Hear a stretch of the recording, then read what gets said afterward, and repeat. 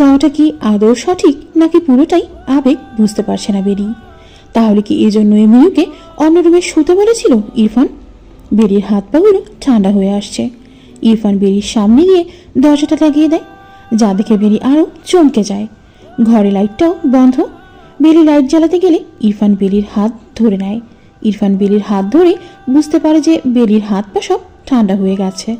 সে বুঝে যায় বেলি ভয় পাচ্ছে, তবে মুখে কিছুই বলছে না। লাইট বন্ধ থাকুক। অন্ধকার তো। ডিম লাইট তো জ্বলছে, ভয় পাচ্ছিস? হ্যাঁ, কেন ভয় পাবো? বস এখানে। ইরফান বেলির হাতটা ধরে নিয়ে বেলিকে বিছানায় বসায়। বেলি তখন একদম চুপচাপ হয়ে মাথা নিচু করে বসে থাকে।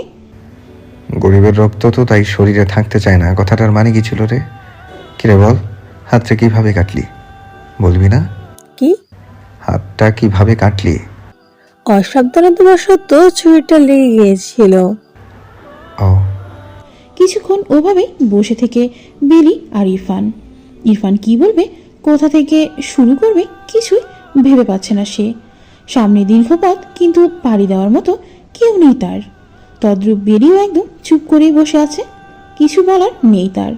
সব কথা কেন যেন বুক অব্দি এসে আটকে যাচ্ছে তার, গলা অব্দি উঠছেই না কিছু। এইবার ইরফানই বলতে শুরু করে। তোকে যদি বলি আমার তোকে চাই, তখন কি করবি তুই? কি রে, আজকে কি নীরব থাকার ডিসিশন নিয়েছিস নাকি? শুনতেছি। শুনলে উত্তর দিতে হয়, তা তো জানিস। উত্তর নেই। কেন? বেলি ফুল সেই দিনই ঝরে গেছে যেদিন তার বাবাকে হারিয়েছে। দ্বিতীয়বার বেলি ফুল সেই দিনই ঝরে গেছে যেদিন তার স্বামীর কাছে থেকে ভালোবাসার বদলে জুতার বাড়ি খেয়েছে। তৃতীয়বার বেলি ফুল সেদিনই ঝরে গেছে যেদিন তার স্বামী তার দ্বিতীয় স্ত্রীকে ঘরে প্রবেশ করিয়েছে। বেলি ফুল বারবার ঝরে যাচ্ছে। কোন দিন জানি সারা জীবনের জন্য ঝরে পড়ে যায়, কে বলতে পারে, তাই না? বেলি শান্ত গলায় কথাগুলো বলে গেছে, আর ইরফান শান্ত মস্তিষ্কে বেলির কথাগুলো শ্রবণ করেছে। আজ সে শুনবে, হ্যাঁ সে শুনবে আজ বেলির সব কথা। বেলিকে আজ নিজের সব মনের কথা ব্যক্ত করতে হবে তার কাছে। ইরফান চায় বেলি আজ বলুক, তাই আবারও বেলিকে উদ্দেশ্য করে বলে ওঠে। তারপর? তার আর পর নেই। তুই ভালো নেই, তাই না? বালাই শেঠ কে বলল ভালো নেই আমি? আমি খুব ভালো আছি। নিয়ম করে স্বামীর মার সতীনের হাতের চর থাপ্পড় আজে বাজে কথা গিলে আমি আলহামদুলিল্লাহ বেশ আছি। তারপর? আর কিছু না, রাত অনেক হয়েছে, রুমে যান আর ঘুমিয়ে পড়েন। ইরফান বেশ বুঝতে পেরেছে বেলি তার থেকে দূরে থাকতে চাইছে, কিন্তু ইরফান কেন জানি বেলির প্রতি খুব আকৃষ্ট হয়ে পড়ছে। তার আজ বেলিকেই চাই। এইবার তা যে করেই হোক আর যেভাবেই হোক। বেলির বাম হাতটা নিজের হাতের ভাঁজে নিয়ে নেয় ইরফান। আজ যদি তোর সাথে ঘুমাতে চাই তখন? এখানে ঘুমাইতে পারবেন না, তোর শোকটা শক্ত, আর আপনি তো ফোমের বিছানায় ঘুমাইতে অভ্যস্ত। ওইটা ফোমের বিছানা না, ওইটা ম্যাট্রিক্স, যা জাজিমের মতো হয়। ও, তাহলে আর কি, যান ঘুমান গিয়ে। এই বলে বেলি উঠে যেতে নিলে ইরফান শক্ত করে বেলির হাত ধরে নেয়। উঠে যাস কেন? এখানে বসতে বলেছি না? রাত অনেক হলো, আপনার কাল অফিস আছে। আমার অফিসের কাজ কি তুই করতে যাবি? না, তাহলে এত প্যারিশানি কেন তোর? নাকি থাকতে চাস না আমার কাছে? কোনটা? কি জানি। মনকে জিজ্ঞাসা কর। মনের ঘরে তালা দেওয়া, আজকাল খবর রাখি না।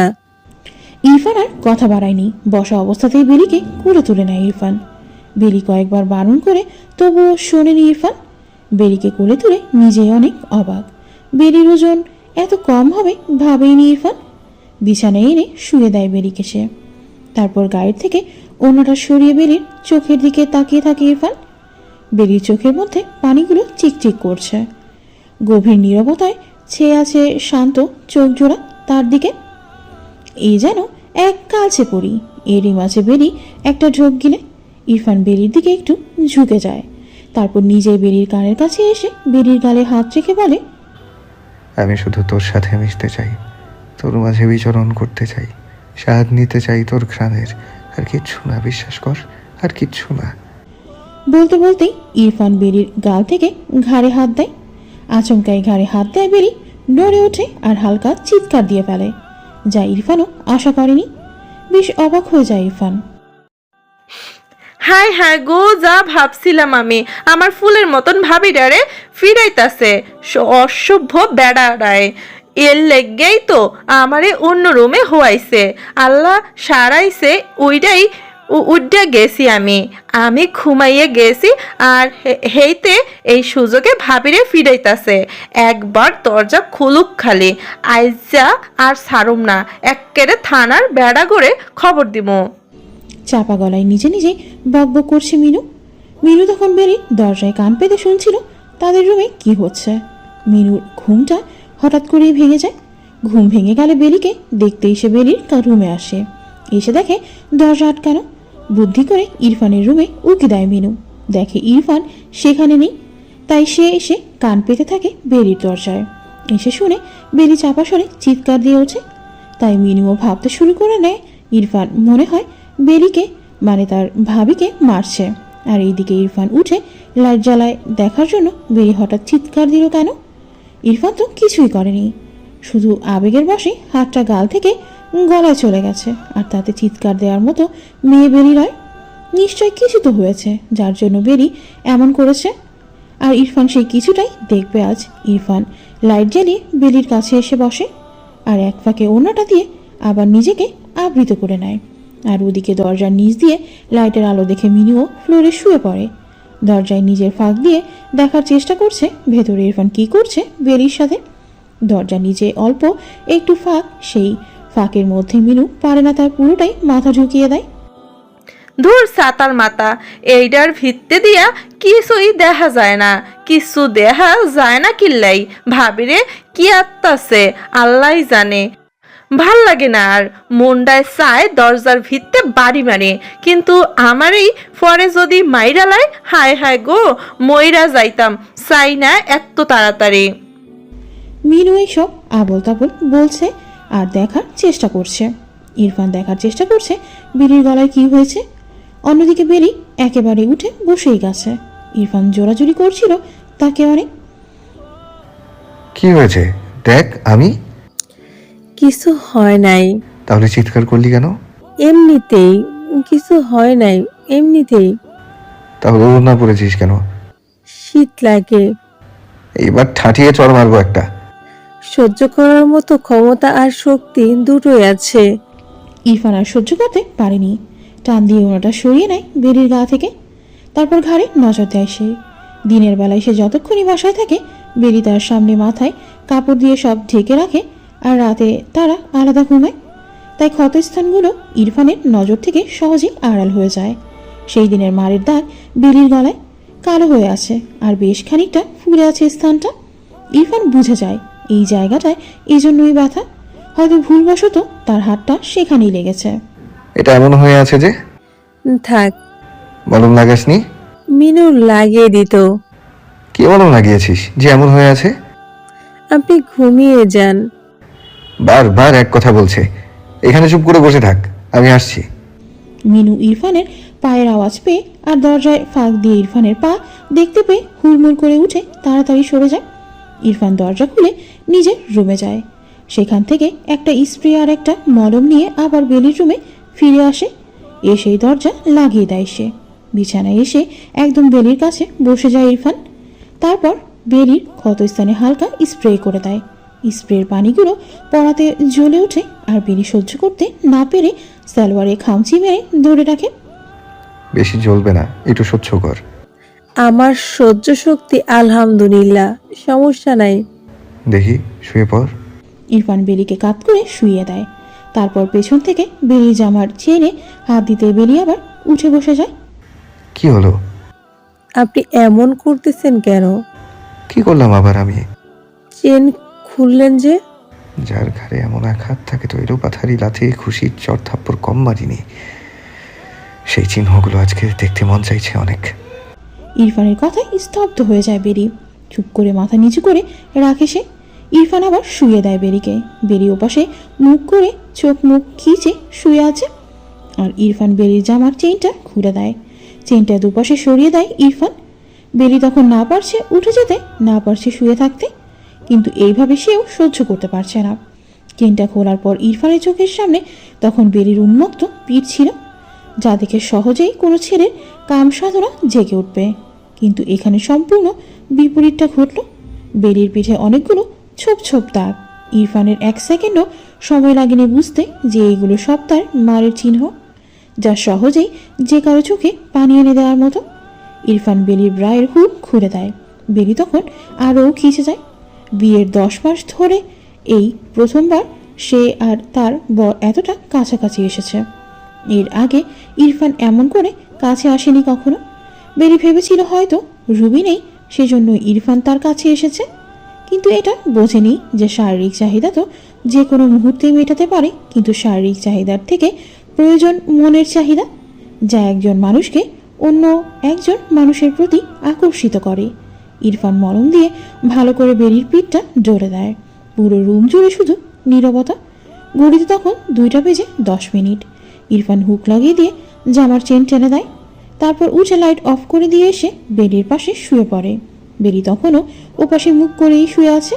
ইরফান বেলির একদম কাছে চলে আসে। বেলি, কিরে ঘুমিয়ে গেছিস নাকি? হুম, এদিকে ফের। আমার ঘুম আসে। বেলির কণ্ঠস্বর তখন অন্যরকম শোনা যাচ্ছিল। বেলি তখন হয়তো কাঁদছিল, তাই গলা বসে গেছে। বেলি, এদিকে ফের। আমার ঘুম আসে তো। এদিকে ফিরতে বলেছি আমি। ইরফানের কথায় এইবার এইদিকে ফেরে বেলি। অন্ধকারের মধ্যেও বেলির মুখটা দেখতে পাচ্ছে ইরফান। কাঁদছিস যে? কই? তবে হয়তো বেশি কষ্ট দিয়ে ফেলেছি, তাই না? এতটা পাথর কিভাবে হলাম, কবে হলাম টেরও পেলাম না, জানিস? আমাকে অনেক ঘেন্না করিস, তাই না রে? ঘেন্না করলে এদিকে থাকতাম না। আমি অনেকটা অমানুষ রে। আমার কাছে থাকলে তো মরে যাবি তুই। কপালে এভাবে মরণ থাকলে মরবো, এতে কি করা যাবে? একটা সত্যি কথা বলবি আজকে বেলি? বলেন। আমাকে ভালোবাসিস? জানা নেই। কেন? বেলি ফুল আজ মৃত, ঝরে গেছে গাছ থেকে। তাকে খোঁজ করা আর মরিচিকার পেছনে ছোটা দুটোই সমান কথা। ইরফান অবাক হয়ে যায় বেলির কথায়। বেলি এইভাবে সাজাতে পারে তা জানতে পার না ইরফান। ভালো বললি তো। ইন্টার পাশ করতে পারি নাই, পেটে একটু হলেও বিদ্যা আছে। বেলির দিকে তাকিয়ে আছে ইরফান। মেয়েটা কতটা সরল সোজা, কতটা শান্ত, যার মুখের দিকে তাকালে সারা রাজ্যের শান্তি চলে আসে। ইরফানের আজ ইচ্ছে হচ্ছে বেলিতে মিশে যেতে। এক হাত দিয়ে বেলির মাজায় টান দেয় ইরফান। এতে বেলি অনেকটাই ইরফানের কাছে চলে আসে। বেলি গাঢ় নজরে ইরফানের দিকেই তাকিয়ে আছে। মনে পড়ে যায় তার নিজের চোখে দেখা প্রতি সকালে বেলি রুবির ভেজা চুলগুলো। তার মনে পড়ে যায় গত 3 দিন আগে বেধড়ক মারধরের কথা। তার মনে পড়ে যায় আজ 10টা মাস এক অসহ্যনীয় যন্ত্রণার কথা। চাইলেই কি স্বামীকে সবটা দেয়া যায়? চাইলেই কি সেই স্বামীকে নিজের শরীরটা দেয়া যায় যে স্বামী তারই সামনে অন্য রূপে সতী নিয়ে সংসার করে? এইসব ভেবে হঠাৎই নিজেকে ইরফানের থেকে সরিয়ে নেয় বেরি। আমি অসুস্থ, আপনি ঘুমিয়ে পড়েন।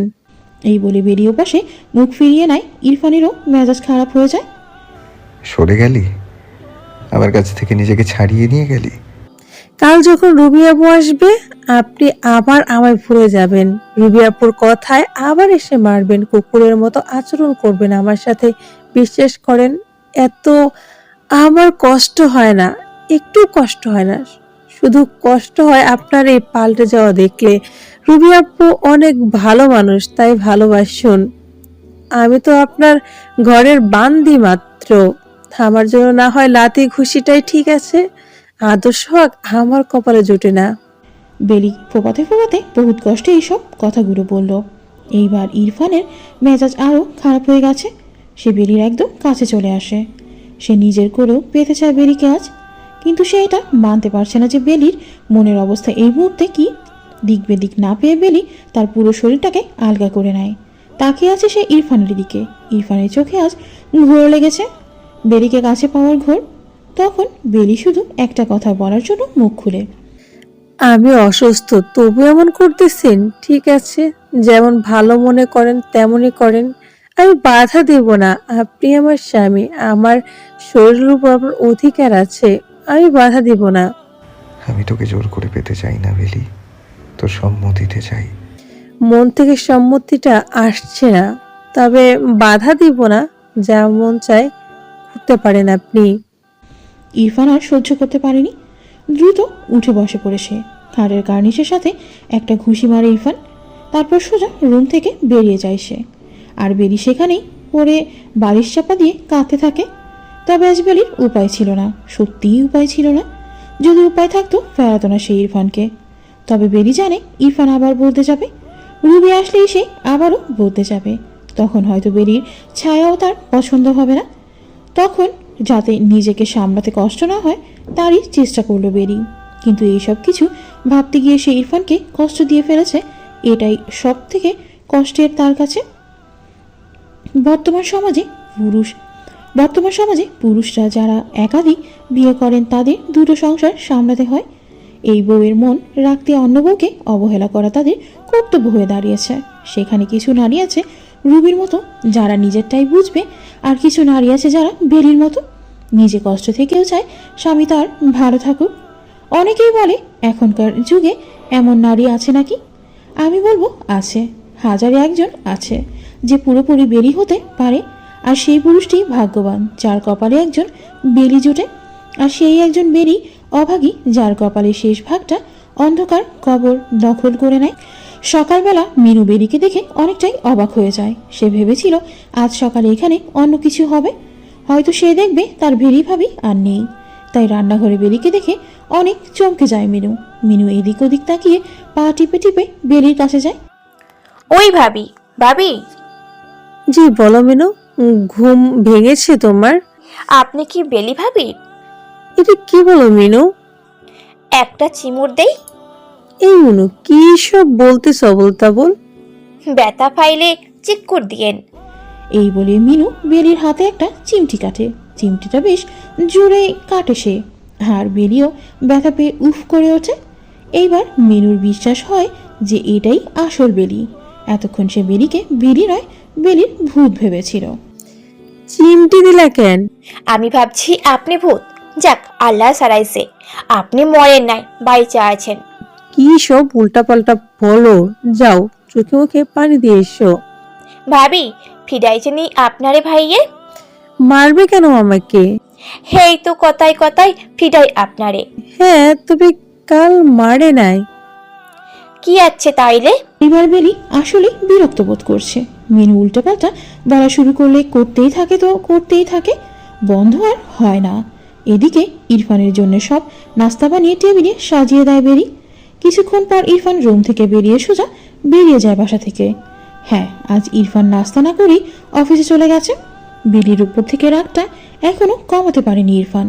তার চিন্তা অনুযায়ী বেলি তাকে কথা দিয়ে অপমান করেছে। সেই জন্য আজ সে বেলির দিকে একবারও জন্মেও তাকায়নি।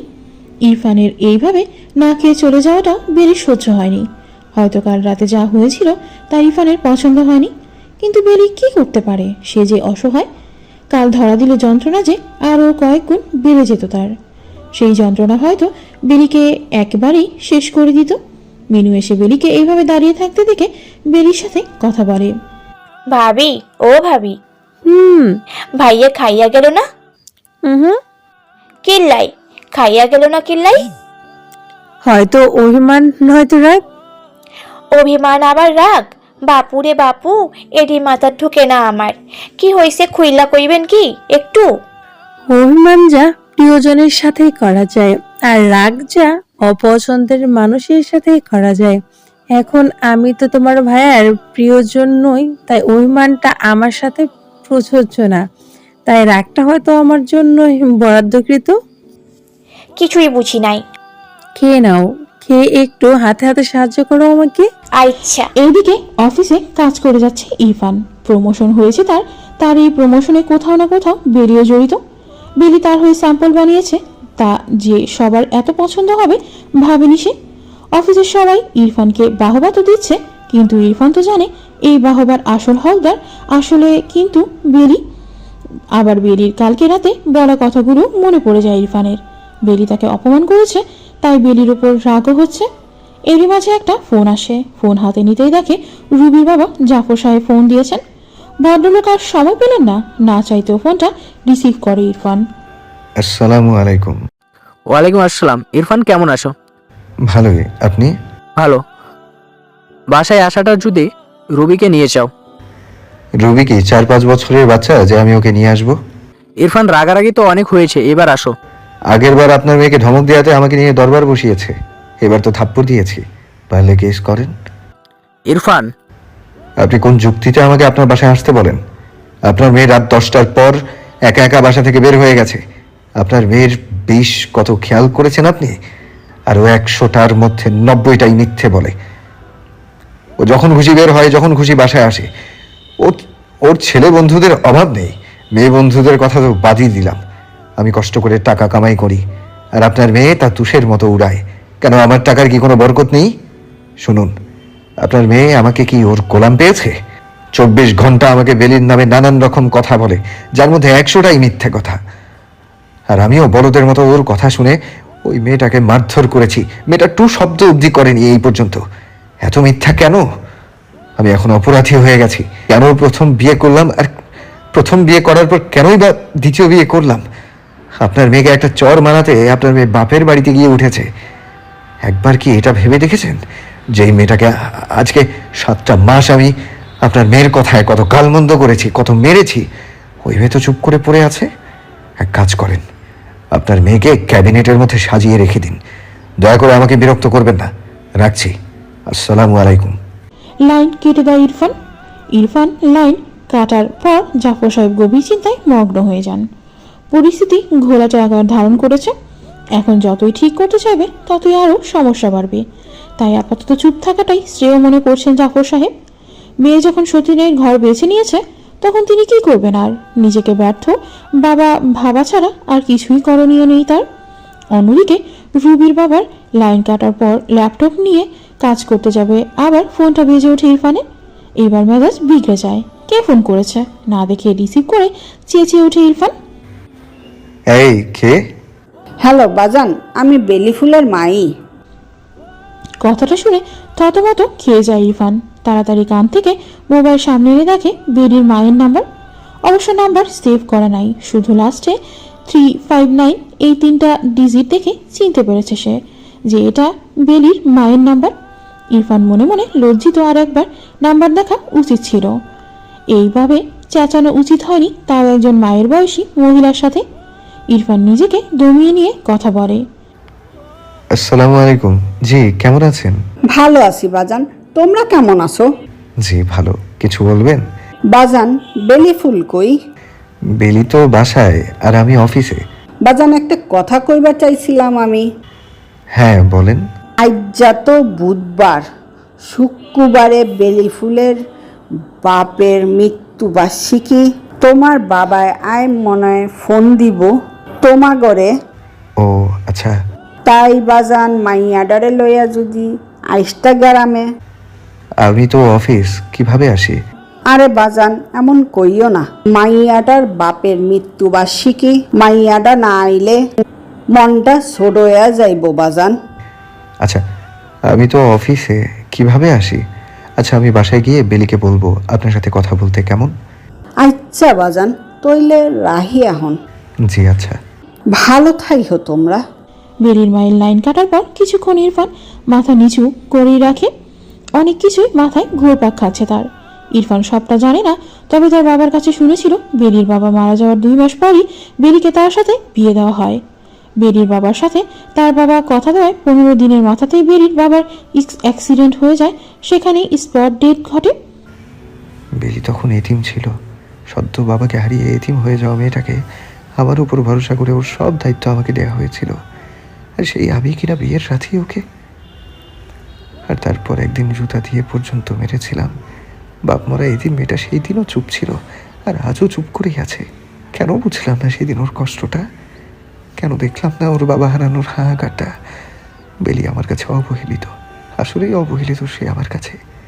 তাকে তার হক দিতে কার্পণ্য করলাম আমি, অথচ এই বেলি আমার জন্য আজও ভেবে যাচ্ছে।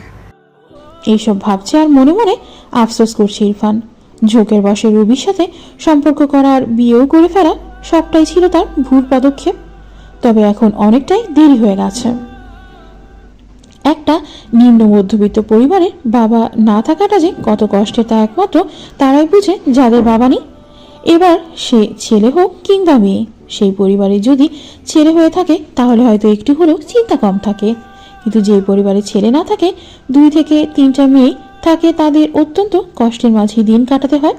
কেউ একজন বলেছিলেন, বাবা না থাকাটা তেমন কিছু না, ঘুরে না দাঁড়ানোটাই প্রয়োজন।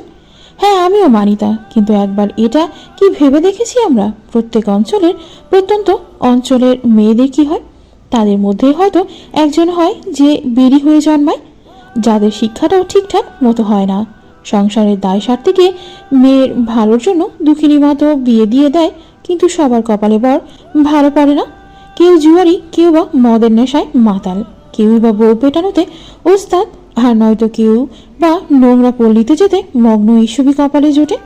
ঘুরে দাঁড়ানোর ব্যাপারে আমিও একমত, কিন্তু আমরা কতটা নিরাপদ? যেখানে নিজের ঘরেই আমরা নিরাপদ নই, সেখানে বাবার সমতুল্য শিক্ষকের হাতে ধর্ষিত হতে হয়, সেখানে কোথাও চাকরি করাটাও যে 100% নিরাপদ তাও কিন্তু নয়। তবুও আমরা নারীরা পিছিয়ে থাকায় পাত্রী নই। আলহামদুলিল্লাহ, আমরাও সমান তালে এগিয়ে যাচ্ছি। 100 ভাগের মধ্যে হয়তো 50 ভাগ মেয়েরা নিজেরাই নিজেদের কর্মসংস্থান খুঁজে নিচ্ছি, আর বাকি 50-এর মধ্যে 30 ভাগ স্বামীর ঘরে আলহামদুলিল্লাহ হয়তো ভালো থাকি, আর বাকি 20 ভাগ হয়তো কেউ স্বামীর ঘরে কষ্ট, অনাহার কিংবা অত্যাচার হয়ে অকালেই প্রাণ হারাচ্ছি। মাথার উপর বাবার ছায়া থাকাটা অত্যন্ত আবশ্যক, বিশেষ করে মেয়েদের। একজন বাবা আর বড় ভাই থাকলে একবার মেয়েকে চোখের দেখা দেখে তো আসতে পারে। যাদের কপাল থেকে আল্লাহ পাক এই দুটো জিনিসই কেড়ে নেন, তাদের কপাল উঠে হয়ে যায় বেলির মতো। আবার অনেক জায়গায় বাপ মা মরা এতিম মেয়েও শ্বশুর বাড়িতে রাজনীতির মতো দিন কাটাচ্ছে। তারাই সেই 30 ভাগের মধ্যে একজন। আল্লাহ পাক সকল মা বোনকে ভালো এবং সুস্থ থাকার তৌফিক দান করুন। সকল মা বাবাকে সুস্থ রাখুন। আল্লাহ পাক সকল মৃত মা বাবাকে জান্নাতবাসী করুন, আমিন। বাসায় এসে ফ্রেশ হয়ে শুয়ে আছে ইরফান।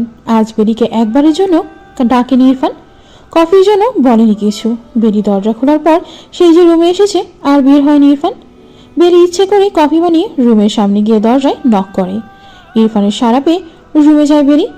ইরফান তখন বিছানায় শুয়ে আছে। আপনার কফি বলে বিছানার পাশে রাখা টেবিলের উপর কফির মগটা রেখে দরজার কাছে যেতেই ইরফান ডাক দেয় বেরিকে। দাঁড়া।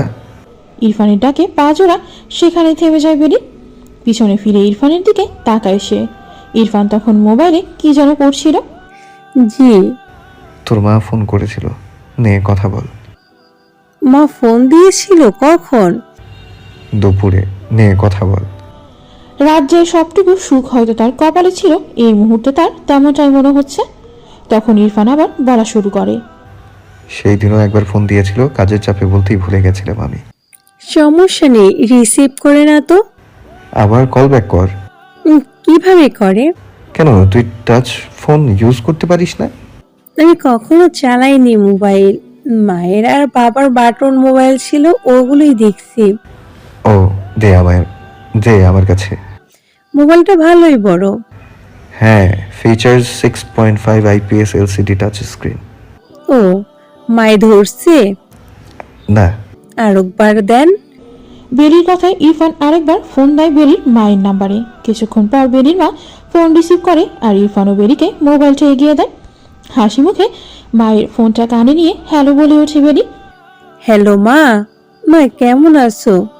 আমি ভালো আছি, তুই কেমন আছস? আমিও ভালো আছি মা। কি করো মা তুমি? পানি আনতাম গেছিলাম। খাইছো নি মা? হ, তোরা খাইছত নি? এখনো খাই নাই মা, একটু পর খামো। বেলির কথা শুনে ইরফান বেলির দিকে তাকিয়ে আছে। বেলি এখন মুখে 2 ধরনের কথা বলতে পারে। মায়ের সাথে কথা বলছে সে, তাই আঞ্চলিক ভাষায়, আবার এখানে সবার সাথে শুদ্ধ ভাষায়। বেলি যদি তেমন পড়াশোনা সুযোগ পেত তাহলে হয়তো রুবির থেকে উপরে চলে যেতে পারত। তারপর হঠাৎ করে বেলি বলে ওঠে, আমি কেমনে আসমু মা? তুই আইবি না? ওর তো অফিস আছে মা। জামাইরে বল যেন অফিস থেকে ছুটি নেয়।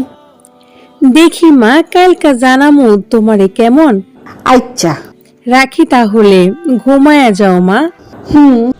বেরি জানালার পাশে এসে কথা বলছিল, খুব আস্তে আস্তেই বলছিল, কিন্তু তবুও কিভাবে জানি ইরফানের কানে পৌঁছে যায় তার কথাগুলো। এইদিকে বেরির বুক ফেটে কান্না আসছিল। দেখতে দেখতে তার বাবা মারা গেছে, 1 বছর হয়ে গেছে। বাবার মুখে বেরি ফুল ডাকটাও এখনো তার কানে বাজে। চোখের পানিগুলো কোনো রকম আটকে ইরফানকে মোবাইলটা দিয়ে রুম থেকে চলে যেতে নেয় বেরি। তখনই ইরফান ডাক দেয়, কিরে, কিছু না বলেই চলে যাচ্ছিস যে? আসলে কি? মা, বলতেছি শুক্রবারে বাড়িতে যাইতে, আমার বাবার প্রথম মৃত্যুবার্ষিকী, মিলাদ দিবে মা। তুই কি বললি?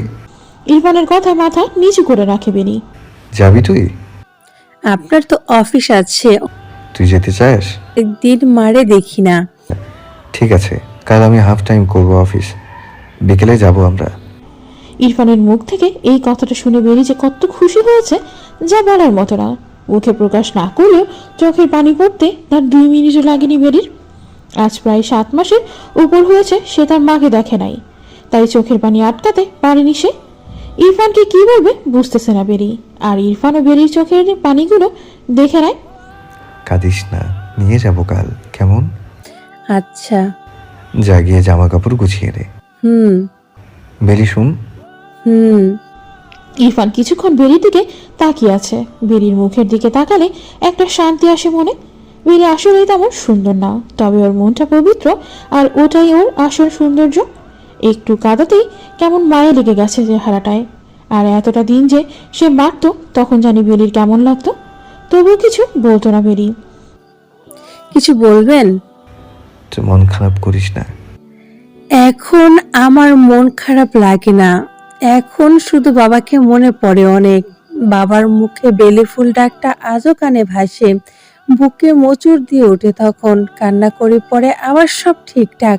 আমার বাবা আমাকে ফাঁকি দিয়ে, আমার মাকে ফাঁকি দিয়ে চলে গেছে, এমন জায়গায় গেছে যেখানে বাবা বলে ডাক দিলে আমার বাবা আর শুনতে পাবে না, আর সাড়াও দেবে না, আর বেলি ফুল বলে ডাকবে না। বাবা যখন বেলি ফুল বলে ডাকে দিত, তখন আমি সাড়া না দিলে বলতো, আমার মাডা কই রে, আমার ফুলটাই কই। এখন আর কেউ বলে না আমাকে আমার মাডা কই, আমার ফুলটা কই। এইসব বলতে বেরি গুমড়ে কেঁদে ওঠে। এক দৌড়ে ইরফানের রুম থেকে বেরিয়ে যায় সে। ইরফান কিছুই বলার সুযোগ পায়নি। বিছানায় বসে মুখে হাত দিয়ে কিছু একটা ভাবছে সে। কেন জানি আজ নিজের বুকেও হাহাকার লাগছে ইরফানের। চোখ দিয়ে 1 ফোঁটা পানিও পড়ে গেছে, কিন্তু কি যেন ভেবে তার পরপরই কাকে যেন একটা ফোন করে সে।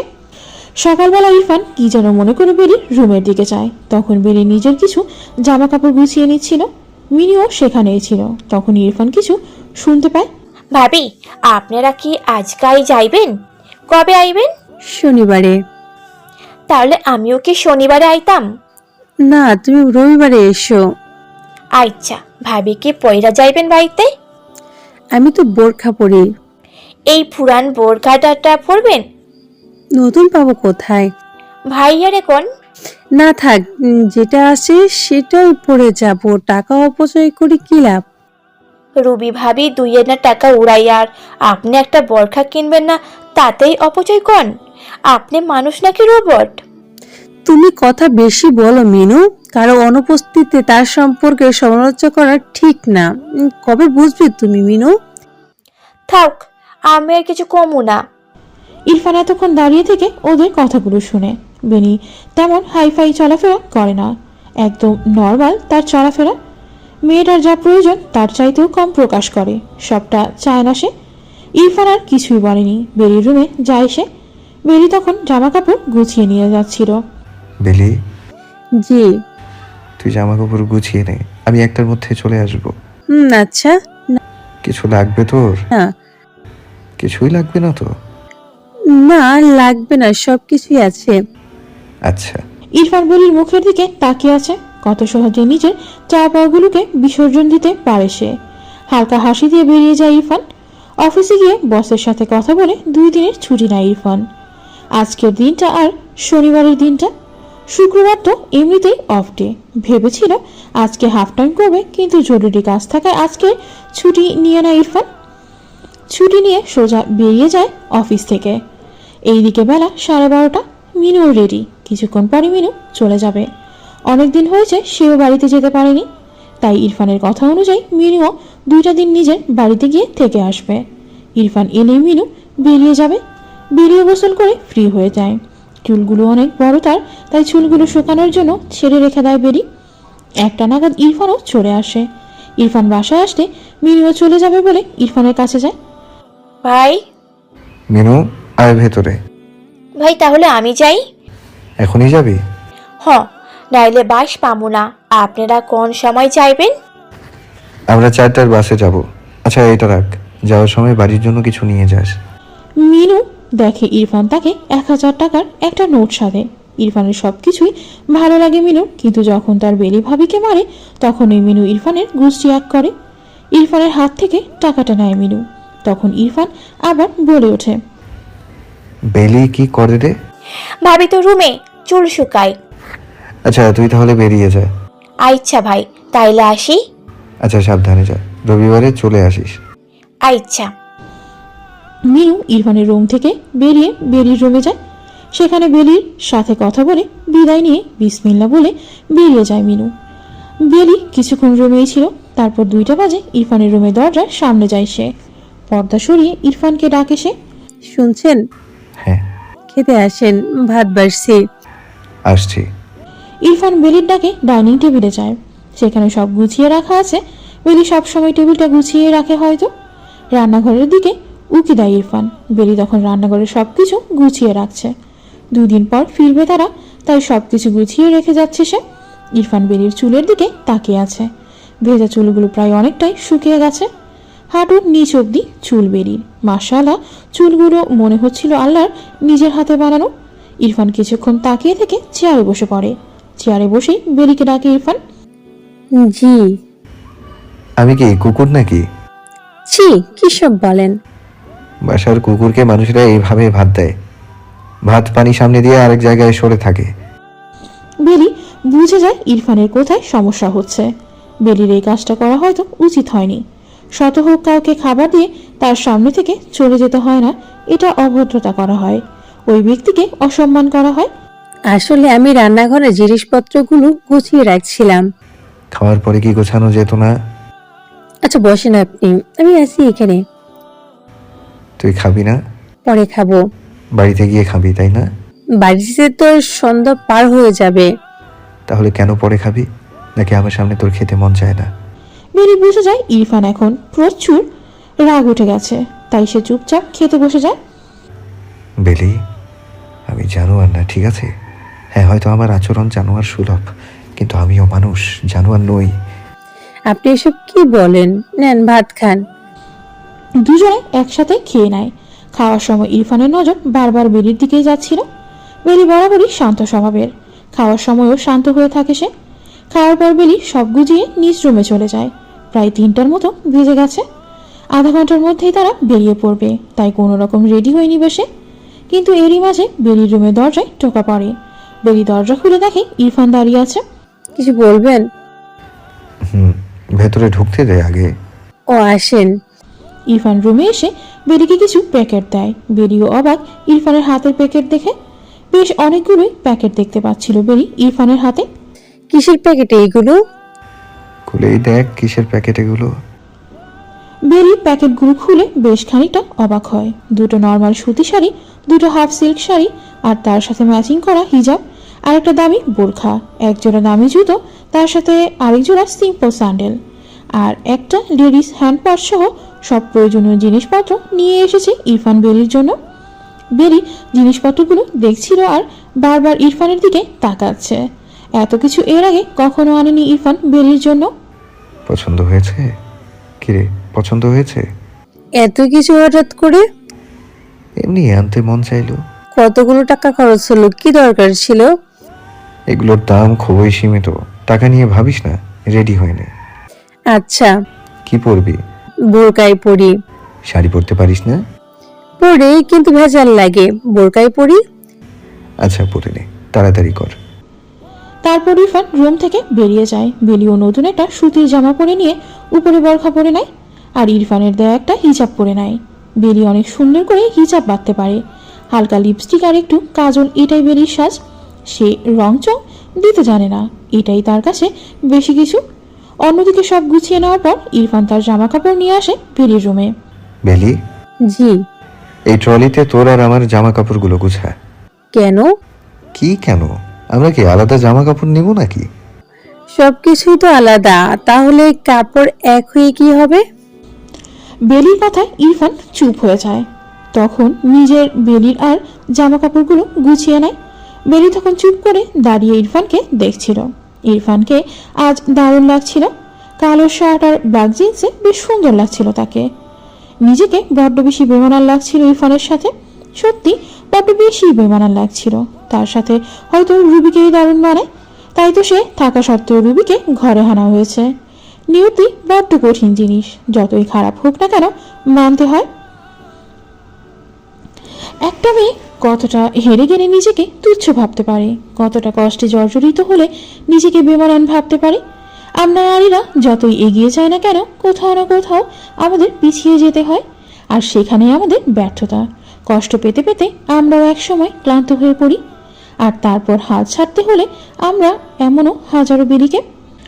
গাড়ি ছুটে চলেছে চেনা পরিবেশে। সারা রাস্তা বেলি অনেক চুপচাপ হয়ে আছে। ইরফান কত কিছুই সাধ্য বেলিকে, কিছুই খেলো না মেয়েটা। শুধু তার আবদার ছিল জানালার পাশের সিটটাতে বসবে, সেখানে বসে সন্ধ্যার আগ পর্যন্ত বাহিরে প্রকৃতি দেখবে সে। সন্ধ্যার পরে হঠাৎ করেই ঘুমিয়ে পড়ে বেলি, আর সারা রাস্তা ইরফানের বাবা মূর্তির মতো বসেছিল। কতক্ষণ আর মোবাইল চালানো যায়, তাই সে কিছুক্ষণ মোবাইল চালায়, আবার চুপ করে বসে থাকে। তাদের পাশের দুইটা সিটে একজোড়া বয়স্ক দম্পতি বসে আছে। তারা কিছুক্ষণ পর পর ইরফান আর বেলির দিকে তাকিয়ে থাকে, আবার নিজেদের মাঝে কথা বলে। এই ব্যাপারটা কয়েকবার ইরফান খেয়াল করলো।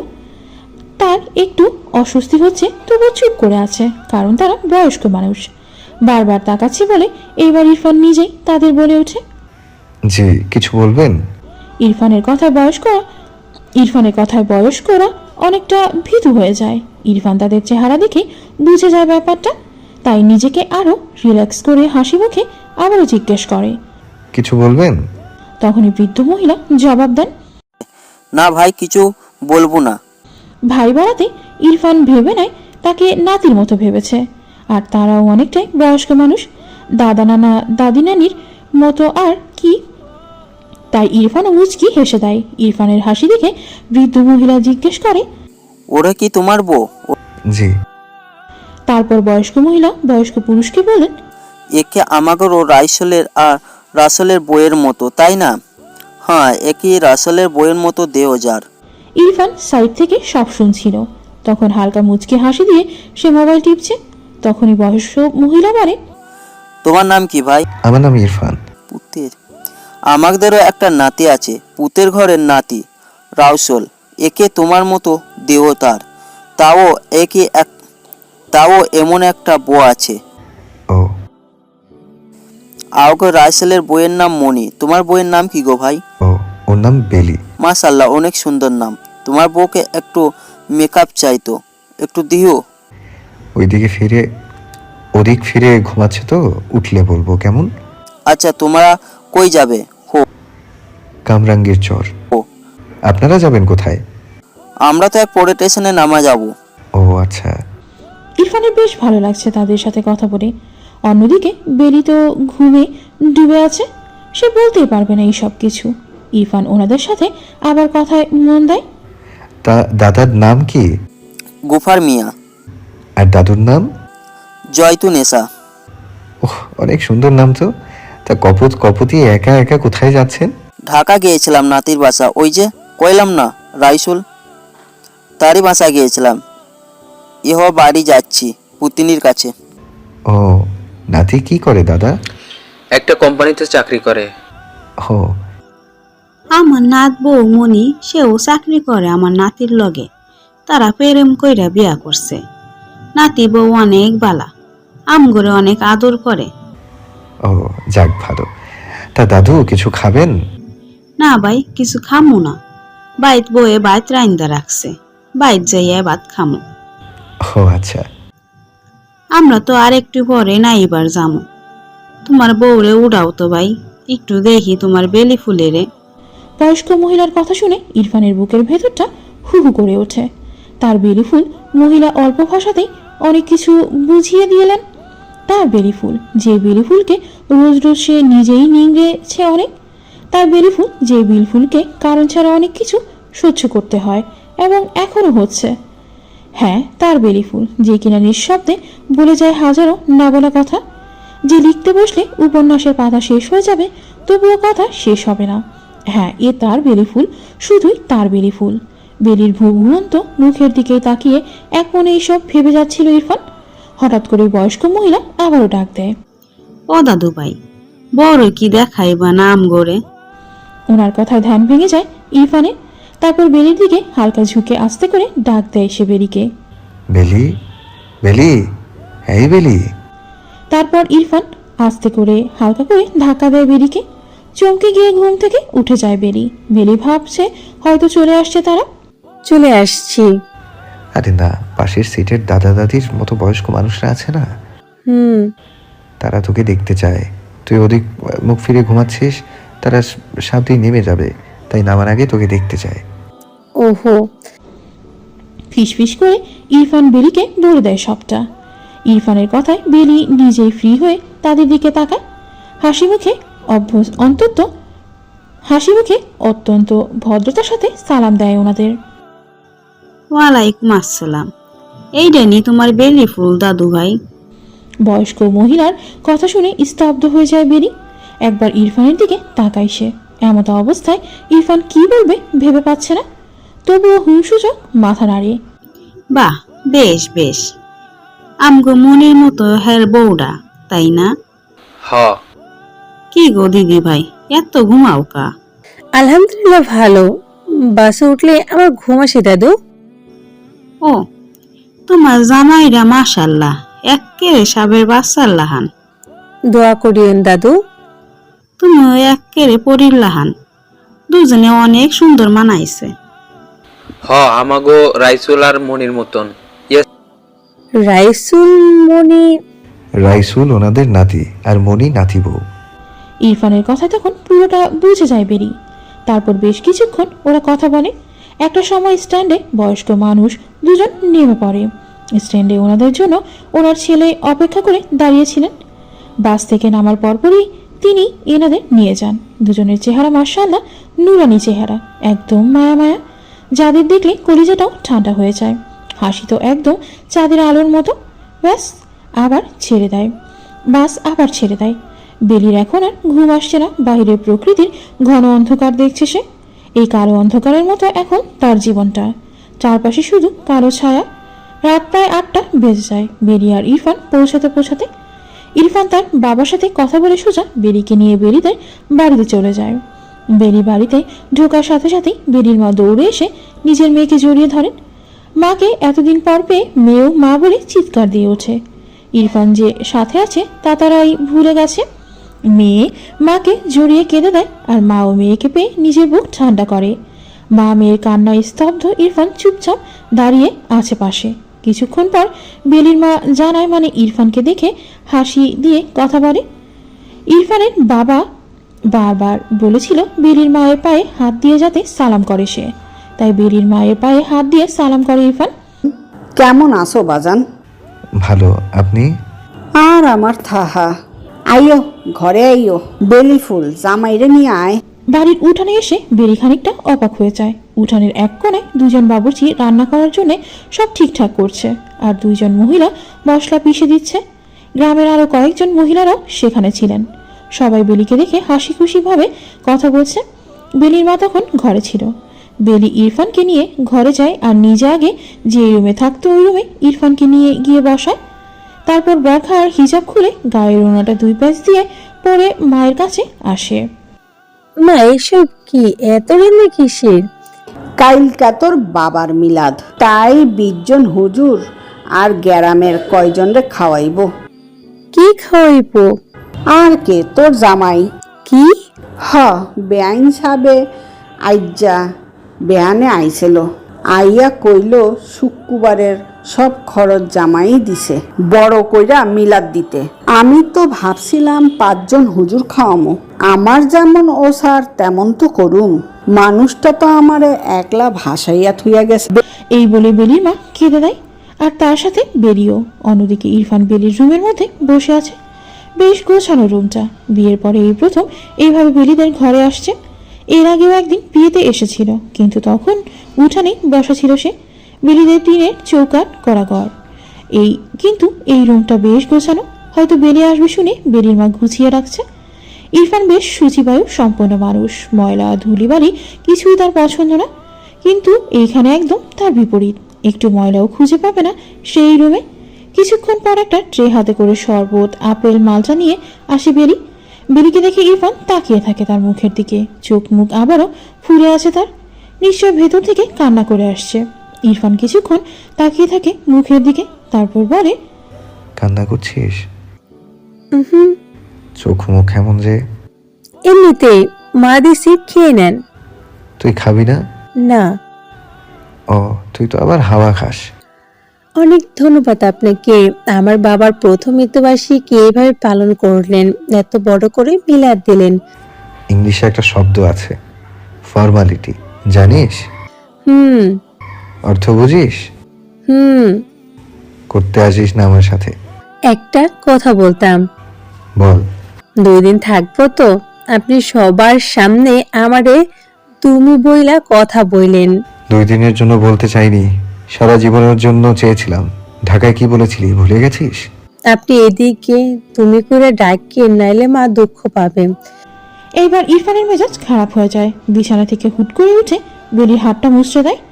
ব্যথা পাওয়ার পরেও দাঁত মুখ খিচে রাখে। ইরফান বেলিকে একদম নিজের সাথে মিশিয়ে নেয়। বেলি ব্যথা পাওয়ার পরেও টলমলে চোখে ইরফানের দিকেই চেয়ে আছে। পানিগুলো তার চোখের কোণায় চলে আসছে। হয়তো আরেকটু হলে গাল বেয়ে পড়ে যাবে। ইরফান বেলির একদম কাছে চলে যায়। যদি রাখি তাহলে 2 দিনের জন্য না, যতদিন বেঁচে থাকবে বা আমি বেঁচে থাকবো ততদিন ডাকবো। এরপরে যদি শুনি একটু আওয়াজ করেছিস এই ব্যাপারে, আচ্ছা, এরপর যদি শুনি একটু আওয়াজ করছিস এই ব্যাপারে, তখন দেখবি আমি কতটা খারাপ হই।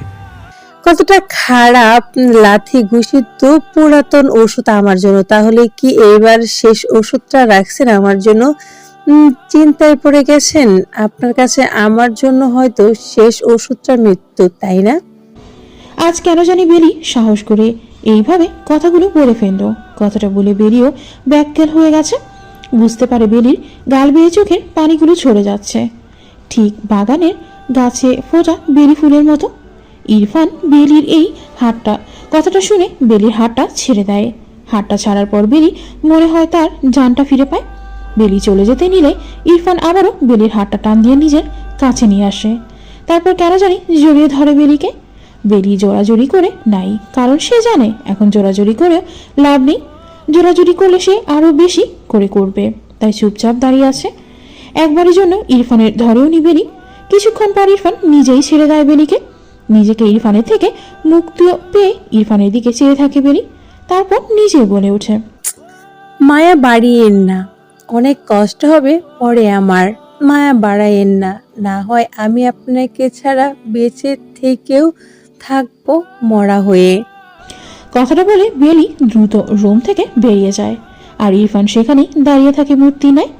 বেলির কথাটাও ন্যায়সঙ্গত। ইরফান ক্ষণিকের মাথায় ভাবতে চায় বেলিকে, যেদিকে পরবর্তীতে কি হবে তা বেলি এবং ইরফান দুজনেরই ভালো মতো জানা। তাই হয়তো না পারতে বেলি আজ মায়ার কথাটা বলে ফেলল। ইরফান এইসব ভাবনার মাঝেই হঠাৎ তার মোবাইল ফোন বাজতে শুরু করে।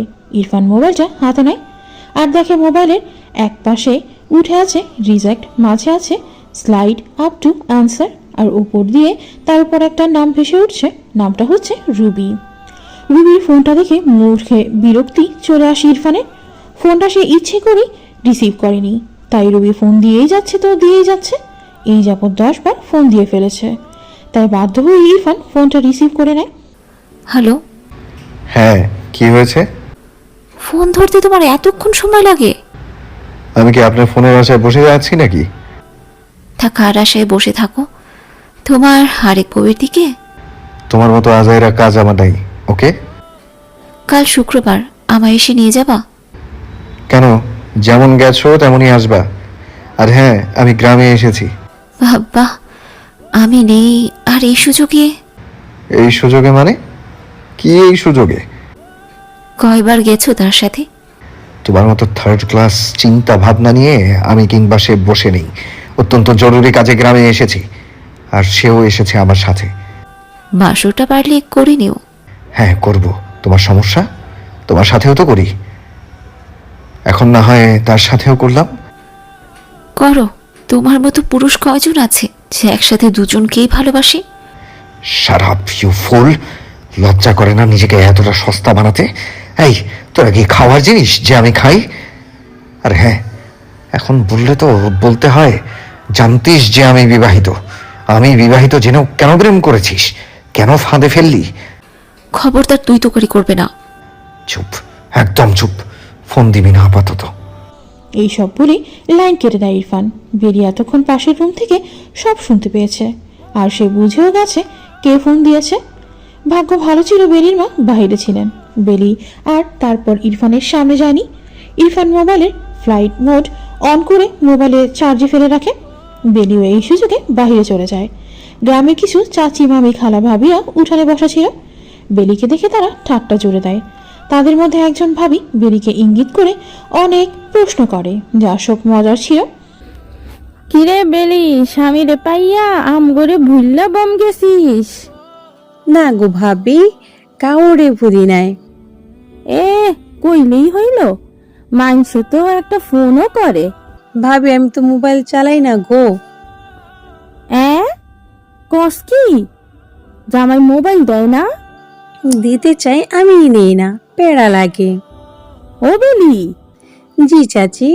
কথাটা শুনে বেলির মনটা হাহাকারে ছেয়ে যায়। অপরদিকে গেঞ্জি আর ট্রাউজার পরে ইরফান ঘর থেকে নামছে। এমন সময় এই কথাটা ইরফানেরও কানে যায়। সে সেখানেই দাঁড়িয়ে যায়। বেলির দিকে তাকিয়ে আছে সে। বেলি একদম স্তব্ধ হয়ে আছে, কোনো কথা বলছে না, চুপ করে আছে। বিয়ের পর যার কপালে স্বামীর সুখের বদলে জুতার বাড়ি জুটে, তার কি সন্তানের সুখ মানায়? আমার স্বামীটা তো আমারই না, সে তো অন্যের। সে আমায় না, তার কাছে সন্তান চাই কিভাবে? আর আমার নিজেরই তো ভরসা নেই। আজ আছি, কাল নেই। এর মাঝে অনাগত ভবিষ্যতের কথা ভাবাও উচিত না। একটা প্রাণকে আনতে হলে দুটো প্রাণের মিল লাগে। সেই দুটো প্রাণেই তো মিল নেই, সেখানে সন্তান কামনা করি কিভাবে? বেলির ভাবনার মাঝে ছেদ পড়ে আরেক ভাবির ডাকে। ও বেলি, হ্যাঁ। তা তো স্বাস্থ্য এখন কেমন? কেমন ভাবি? অসুস্থ অসুস্থ লাগে মনে হয়। কত রাত ঘুমাও না? না ভাবি, ঠিকই তো আছি। নাকি আমগো জামাই রাতে ঘুমাইতে দেয় না? কথাটা বলে সবাই একসাথে হেসে ওঠে। বেলি বুঝেও চুপ করে আছে। অপরদিকে ইরফান দূর থেকে সবটাই শুনতেছে, যা বেলি দেখেনি। ওই বেলি, হ্যাঁ। কও না, কি? জামাই রাতে কেমন আদর করে? আচ্ছা, তাও কইতাম এখন। হ, কও, আমরাও হুনি। তাহলে হনো, রফিক ভাই যেমন রাইতের আন্ধারে তোমার আদর করে, তার থেকেও আরো 1000 গুণ বেশি আদর আমার জামাই আমারে করে। তবে আমার ঘরে আন্ধার থাকে না, আলো থাকে। বুঝলা কিছু? বেলি এমন কথায় সেইভাবে একদম চুপ হয়ে যায়। ইরফান বেলির মুখে এমন কথা শুনে অবাক হয়ে যায়। বেলি এমন কথাও বলতে পারে তা যা তার সম্পূর্ণ অজানা ছিল। অবশ্য বেলি এই কথাটি দিয়ে কি বুঝিয়েছে তা ইরফান খুব ভালোভাবে বুঝে গেছে। বেলি সঠিক জায়গায় সঠিক কথাটাই বলেছে, কিন্তু কেউ বুঝতে পারেনি, শুধু ইরফান ছাড়া। ইরফান সেখান থেকেই বেলিকে ডাক দেয়। বেলি। ইরফানের গলার আওয়াজ পেয়ে সবাই ঘরে দরজার দিকে তাকায়, সাথে বেলিও। সবার এইভাবে তাকানো দেখে ইরফান কিছুটা হলেও লজ্জা পেয়ে যায়। তবুও আবার বেলিকে ডাক দেয় সে। বেলি, একটু রুমে আসো তো। এটা বলে ইরফান ঘরের ভেতর চলে যায়। ইরফানের ডাকে বেলির কলিজার পানিটুকু শুকিয়ে যায়। সে ভাবছে তার কোনো অন্যায় হয়ে গেছে নাকি, হঠাৎ এইভাবে ডাকছে। এখন যদি এখানে মারধর করে তাহলে তো ওর মা এসব সহ্য করতে পারবে না। তার থেকে বরং গিয়ে ওকে শান্ত করার জন্য আপাতত তাকে ঘরের ভেতরে যেতে হবে। বেলি সেখান থেকে উঠে ঘরের ভেতর চলে যায়। জি, কিছু বলবেন? ওরা কি সব বলছে? তেমন কিছু না। আর ওইটা কি বললা? কোনটা?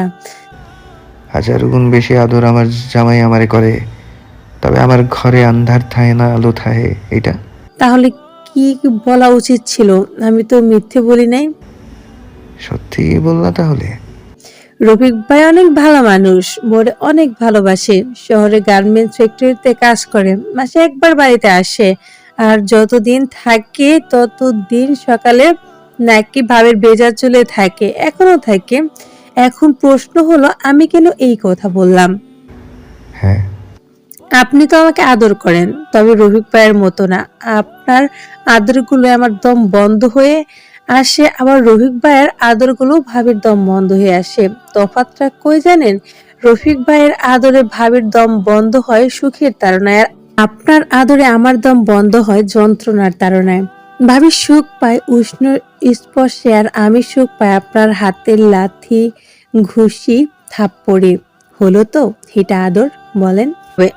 বাইরের চাচি বলল তাদের নানি বানাবো কবে। আমি তো আর বলতে পারি না সেই সুখটা আমার জন্য না, কারণ আমার কাছে তো আমার মানুষটাই নাই। আমি তো আর বলতে পারি না যে আমার স্বামী তার দ্বিতীয় স্ত্রীকে নিয়ে সুখে আছে। আমি তো আর বলতে পারি না যে আমি আমার স্বামীর ঘরে বান্দির মতো থাকি। বলেন কিভাবে বলি? আজ ইরফান স্তব্ধ। বেলি তার কথা দিয়ে বুঝিয়ে দিয়েছে সে তার প্রতিটা দিন কতটা যন্ত্রণার মধ্যে দিন পার করে। বেলি কথাগুলো বলে বেরিয়ে যায়, আর ইরফান সেখানেই বসে থাকে। সবকিছু আগে থেকেই এলোমেলো ছিল, আজ আরও গোলমেলে লাগছে তার কাছে। রাত প্রায় 11টার উপরে বাজে। বেলির মা তার সাধ্যের মধ্যে যতটুকু পেরেছে মেয়ে জামাইয়ের জন্য ততটুকুর বেশি আয়োজন করেছেন। ইরফান ছোটবেলাতেই মাকে হারিয়েছে। আজ মা থাকলে হয়তো এতটা উচ্ছন্নে যেত না সে। আজ মা থাকলে হয়তো সেও বুঝতো একজন নারীর কাছে তার স্বামীর মূল্য কতটা, আর একজন স্বামীর কাছে তার স্ত্রীর মূল্য কতটা। নিজের মেয়েকে আর মেয়ে জামাইকে একসাথে বসিয়ে খাওয়াচ্ছেন তিনি। ভাতের লোকমা মুখে দিয়ে ইরফান বুঝে যায় বেলি এত ভালো রান্না কার কাছ থেকে শিখেছে। অসম্ভব ভালো রান্না করেছে বেলির মা। ইরফান চুপচাপ খেয়ে উঠে চলে যায় রুমে। ইরফান চলে গেলে মেয়ের মুখের দিকে তাকিয়ে থাকেন বেলির মা। মেয়ের মুখে আগের মতো আর হাসি নেই, তার বেলি ফুল কেমন যেন নিস্তেজ হয়ে যাচ্ছে দিন দিন। বেলি ফুল, হ্যাঁ। তুই ভালো আছোস তো মা? হ্যাঁ মা, আমি ভালো আছি। মা, জামাই ভালোবাসেনি রে মা? অনেক মা, সে অনেক অনেক ভালোবাসে আমায়। যাক, আলহামদুলিল্লাহ। একটা কথা কইতাম। কও না মা। বেশি দেরি হইলে আর বাচ্চা কাচ্চা হয় না রে মা। এইবার একটা বাচ্চা নিয়ে আনে। মায়ের মুখেও একই কথা শুনে দমে যায় বেলি। কি করবে বুঝাবে সে যে সে স্বামীর ঘরে থেকে অনিশ্চিত ভবিষ্যৎ তার। মায়ের মুখের দিকে তাকিয়ে বেলি স্মিত হেসে বলে, মা, আগে ঢাকায় ফিরি, তারপর ভাববো কেমন। আচ্ছা। মা, ময়নার কি খবর গো? বিয়া হইছে, শ্বশুর বাড়িতে থাকে। জামাই মাশাল্লাহ অনেক ভালো, ঠিক আমার মাইয়ার জামাইয়ের মতো। সুখে আছে তাই না মা? হ, শ্বশুর বাড়ির সবাই অনেক ভালো। ও। ময়না বেলির খুব ভালো একজন বন্ধু। স্কুলে একসাথে পড়াশোনা তাদের, কলেজও সেম। শুধু বেলি পরীক্ষা দেয় নাই, আর ময়না পরীক্ষা দিয়েছে। ময়নারও বিয়ে হয়েছে, তার সাথে দেখা করার খুব শখ বেলির। একজন মায়ের কাছে তার সন্তান অনেক কিছুই হয়, এইবার হোক সে ছেলের বা মেয়ের। এখানে বেলির মায়ের ইচ্ছেটাও অযৌক্তিক না। বয়সকালে সব বাবা মা চান নাতি নাতনির মুখ দেখতে, নাতি নাতনি নানুমণি বলে ডাক দেবে, শুনে মায়ের প্রাণ জুড়াবে। এটাই আমাদের সমাজের সামাজিকতা। সেই দৃষ্টিকোণ থেকে দেখতে গেলে বেলির মা ভুল না, কিন্তু সেখানে যার নিজের অস্তিত্বই ঠিক নেই, সেখানে নতুন অস্তিত্ব কিভাবে আসবে? আজ আবেগের বশে এক রাতের সুখে একটা নতুন অস্তিত্ব আসবে হয়তো ঠিক, কিন্তু কাল যখন বিবেক বলবে সরে যাও, তখন এই অসহ্যকর দুনিয়াতে অনাগত ভবিষ্যতের মাঝে এক নিষ্পাপকে নিয়ে দাঁড়ানোর জায়গা কোথায়? অসহায়ত্বের ফায়দা সবাই নিতে চাইবে, কিন্তু সাহায্যের হাতটা কেউ বাড়িয়ে দেবে না। এখানে আবেগ না বিবেক চলে, আর যেখানে বিবেকই বিবেকের কাছে ঘৃণিত, সেখানে নিজের প্রতি নিজের বিশ্বাস ডগমগানো। রাতের অন্ধকারটা বড্ড দ্বিধা জাগার মনে। দিন শেষে এই রাতটাই আছে যার কাছে একা নিঃসঙ্গ মনটা ভিখারি হয়ে রয়ে যায়। সারাদিন কি কি করা হয়েছে আর কি কি করা হয়নি তার হিসাব নিকাশগুলো এই রাতের বেলাতেই খুব মনে পড়ে। আজ ইরফানের চোখে ঘুম নেই, আজ বেলি তার পাশে শুয়ে আছে, তবু আর তার চোখে ঘুম নেই। গ্রামে এসে দুজন আলাদা ঘুমারে সবার নজর কাড়বে এই জিনিসটা, আর এইসব ব্যাপারগুলো সবার নজর একটু বেশিই পড়ে। বেরি ওইদিকে মুখ করে শুয়ে আছে, কিন্তু বড্ড অস্থির লাগছে নিজের কাছে। বেরি চোখ থেকে আপনা আপনি পানি পড়ছে তার, তবে নিঃশব্দে। কি আছে তার কপালে?